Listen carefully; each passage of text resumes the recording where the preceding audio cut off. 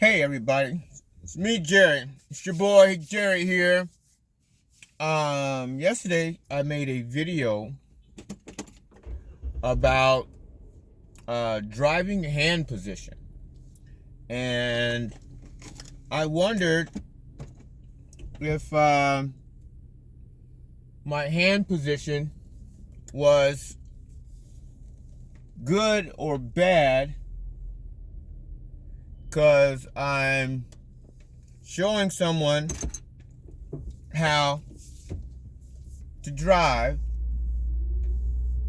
and I don't want to show them the wrong way. So I said to Google, hey Google, show me professional hand position video. And so Google sent me to a website and showed me this guy named Rick.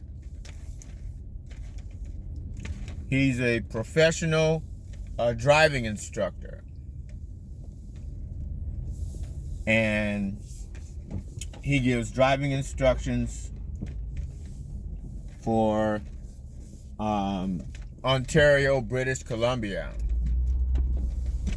and some of the lower 48.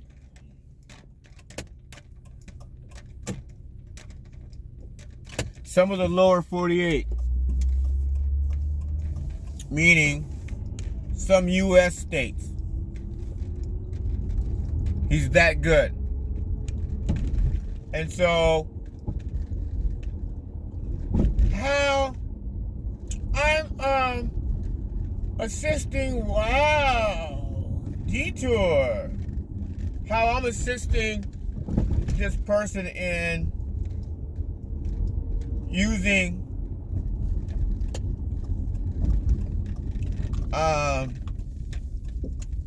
their hand position in turning is the same way that he's showing. So I'm doing it right. I just have to do it better.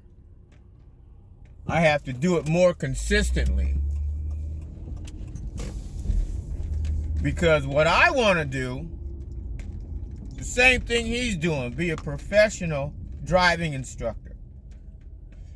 So I'm in the process of recreating myself. And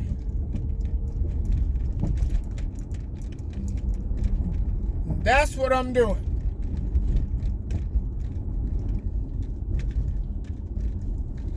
So it's something that I like to do is drive. I like to drive. And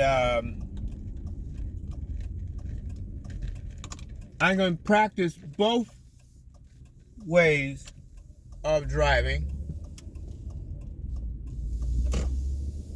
which is 10 and 2 and 9 and 3. He mentioned you got to know both ways. And the reason why he said that is because not everybody can drive one way. So you have to be able to teach both ways, and the reason why you teach both ways.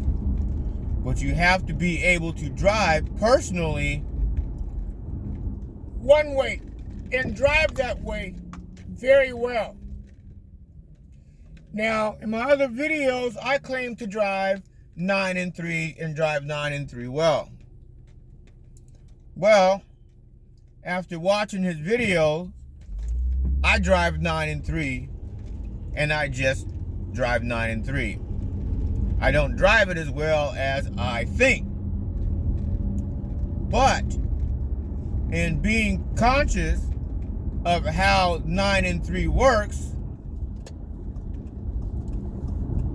I'm starting to drive 9 and 3 very well. He mentioned in order to drive and use the steering wheel well, your hand and finger motions have to be hidden. In other words, the passenger has to be unaware of what your hands are doing. So in using turn signals or hand signals, the passenger should be unaware that those signals are being used, besides hearing your turn signals if they have a clicking motion. So my steering has to be smooth and fluent all the time. My driving has to be centered down the center of the lane, has to be constant, has to be fluent. I have to be aware of all road signs, and I have to be the driver's book. I have to go by and get me a driver's book and go through the driver's book. And I have to take, in Canada it was 3 tests. But I can qualify for the type test that I want, which is civilian or pedestrian drivers testing.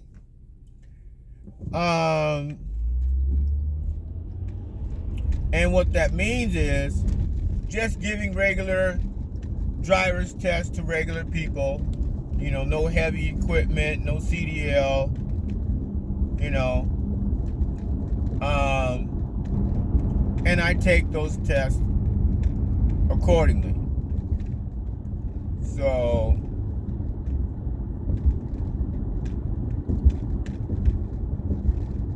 I have to stay centered in my lane all the time. Even going around turns, I gotta stay in my lane. Both hands on the wheel all the time. I know a lot of people do that, but then things that I notice that I do wrong, I have to correct. And there are some things that I do wrong, not a lot of them, but some of them. And I have to make sure that some of them that I do wrong, I do right. Or I gotta stop doing what I'm doing. So right now I'm doing a lot of things when I'm showing the person that I am assisting how to handle the steering wheel, showing this person the right way. Because I'm saying, no, you can't exercise the steering wheel, meaning you can't do this. You have to make big turns, open up the hands, come across here, pull the steering wheel over. You know, don't go, 8 and 4. You know, you can't. The steering wheel is broken up in the middle. You know, it has an airbag in the middle. Some people like to drive underneath the airbag. You know, you can't do that. You're not supposed to do that. But a lot of people do. The reason why you're not supposed to is because your thumbs are upside down or on the top. And in an accident, your thumbs can